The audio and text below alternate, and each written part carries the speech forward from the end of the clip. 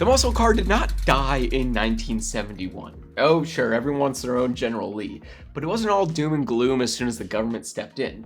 There were still some real gems that pushed well into the mid-70s. Hell, Trans Am made it into the 80s. The Malaise years sucked, for sure. But now that we've all come around and there are specialized Mustangs and Hennessy Demons, it'd be good to look back at where we came from. These are 9 legit fast muscle cars from the 70s that you may not have ever even heard of. Along the way, we'll look at how manufacturers adjusted to that changing world, because the cars you see out your window today, those were all born from the fires of this decade.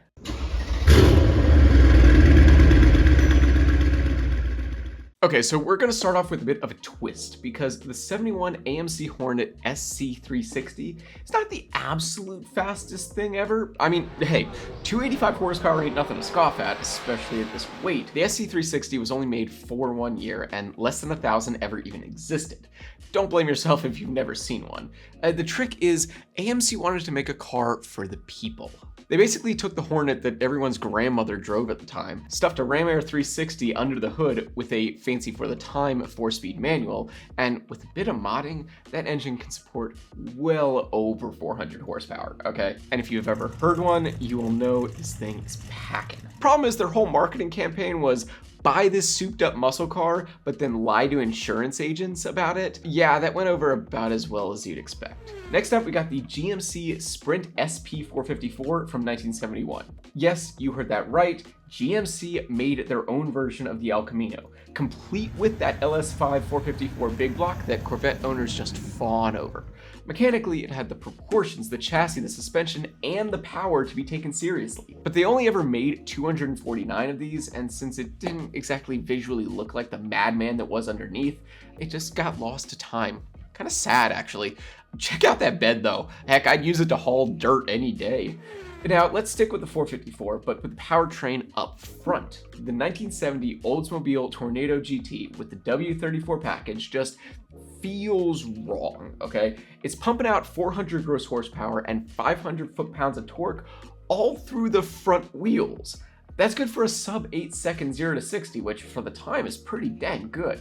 And remember, this is a luxury coupe. Hit the gas, and while the 7.4 liter V8 wakes the neighbors, your neck snaps back into, well, plush, comfortable leather. Like, again, it doesn't make sense. Now, I got something I think you'll like. You want a GTO? Yeah, you do.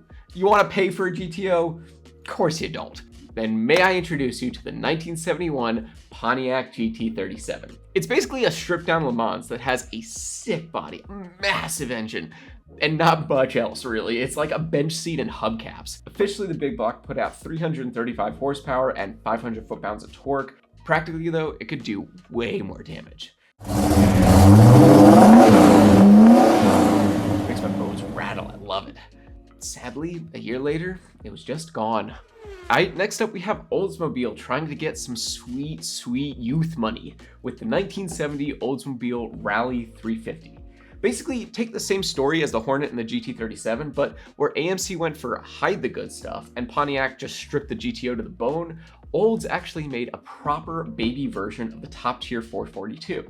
The 350, so named because of its 350 cubic inch engine, it ditched that classy chrome, and instead it went for what I can only really describe as school bus yellow. They thought it looked sporty and performance-y, and you know what? I kind of like it. The youth of America apparently did not, though. The 310 horsepower just did not cut it, and it didn't sell nearly enough to justify coming back the following year. I guess the wheels on the bus don't go round and round after all.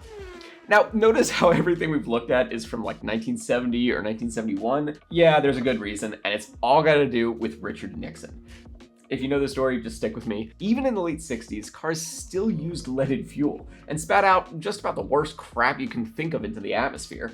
Then the Clean Air Act of 1970 came in and required a 90% reduction in vehicle emissions within just 5 years. There was nothing Detroit could do but drop compression ratios, switch to unleaded fuel, and push exhaust through a catalytic converter. I know, sad. Let's see what fast looks like with the threat of environmental regulation on the horizon, because yeah, the horsepower numbers did drop out of the 3s and into the 2s, But there's a little more to it than just what the dyno says. So let's take 2 seconds and explain gross versus net horsepower. I promise this is not boring. We'll do it in the context of the AMC Javelin AMX. So the AMX, which was the top trim of the Javelin, had the same 401 cubic inch V8 throughout the full run from 1971 to 1974. But in 71, it made 335 horsepower. And just 1 year later, it was making 255. How's that possible? Well, yes, absolutely some detuning, a tighter exhaust, but in 1971, engines were just kind of hooked up and measured with no accessories whatsoever. Add on, an actual car with it, and that 255 number is looking more legitimate, honestly. By the way, by 1974, the AMX was down to 235, right on the edge of a cliff. Let's see what happens when we jump off. Now it's 1975.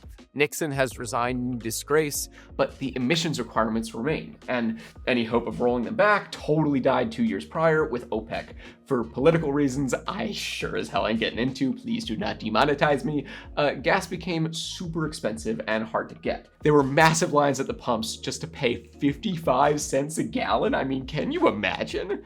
In light of all that, Ford came out with the Mustang II, which somehow has a 4.9 liter 302 V8 that makes 130 horsepower. No, that is not a typo. When people think of the Malaise era, this is what comes to mind. But not every car is going down without a fight, okay? And I'm not just talking about the Z28. So we'll start with the Dodge Dart. And if your first introduction to this thing was a sad excuse of a compact sedan that GM pulled off the shelf in the 2010s, my sincerest apologies, because 50 years prior, the Dart was a legend. Hell, the Hemi Superstock from 1968 could run the quarter mile in less than 13 seconds. And even into the mid-70s, the Dart held on. The Sport 360 from 1976 still put out a respectable 223 horsepower from that classic V8.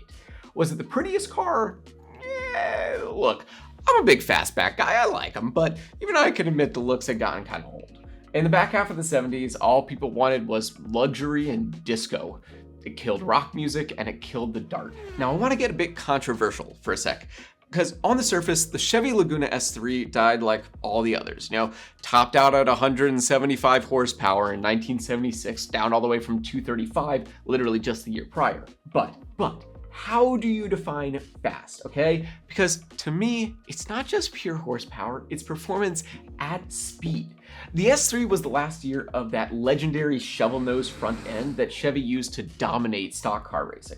This is a NASCAR body, no question about it. Where other cars have a big-ass engine, but if you twitch the wheel at 100 miles an hour, you'll fly off into the sunset, the S3 is totally built for the track.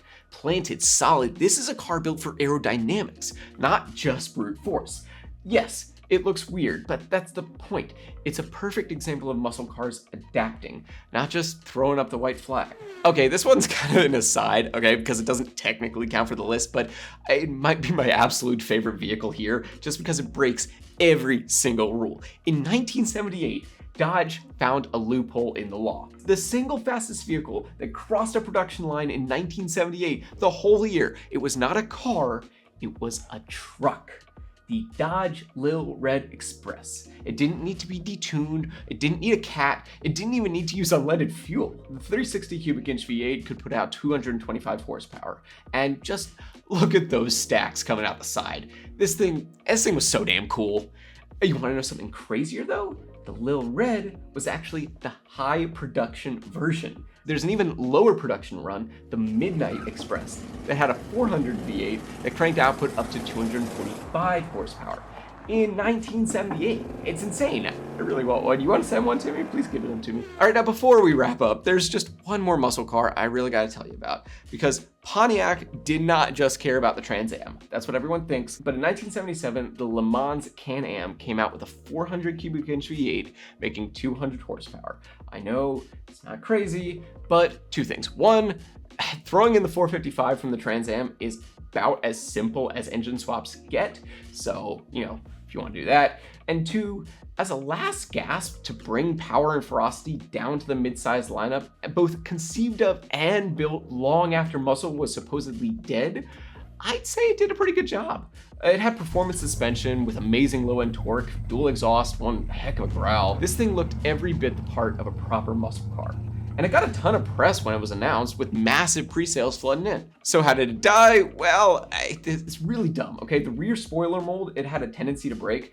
Tiny thing, right? But rumor is higher ups at Pontiac, they hated this thing from the get-go. They thought it would hurt sales at the Grand Prix, and they used that as an excuse to kill it off after just one model year. Not cool, man. Not cool. But if you look at these later cars as a whole, the quote-unquote embarrassments of the late 70s and early 80s that couldn't beat out a Kia Niro, we gotta give them credit, okay? They began the transition point into everything we love about modern muscle. I mean, think about it. We got cars now with 3,000 horsepower and massage seats. How do you think that happened? The engineers didn't just hang their heads in defeat when the law came down, they adapted. I honestly believe it was the best thing for muscle cars. I know, hot take. But you got no massive compression, build longer stroke engines with broader torque curves. Tires and suspension, they were awful at the time. Nobody cared. Aero was almost totally ignored. These things were built for the drag strip and nothing else. You ever tried to take a Boss 429 on an actual track? Like with turns? Or hell, to the store for groceries? It's worthless. When insurance, emissions, and public image matter, performance and drivability improve in the long run. So stop hating on these muscle cars, okay? Except for the Mustang 2. That one you can hate on. Thanks so much for watching the video. I really hope you learned something, and if you made it this far and you're enjoying this kind of content, liking or subscribing actually makes a huge difference. I'm doing this purely for the love of all things automotive, and knowing y'all are having a good time is what motivates me to keep going. Take care, and I will see you in the next one.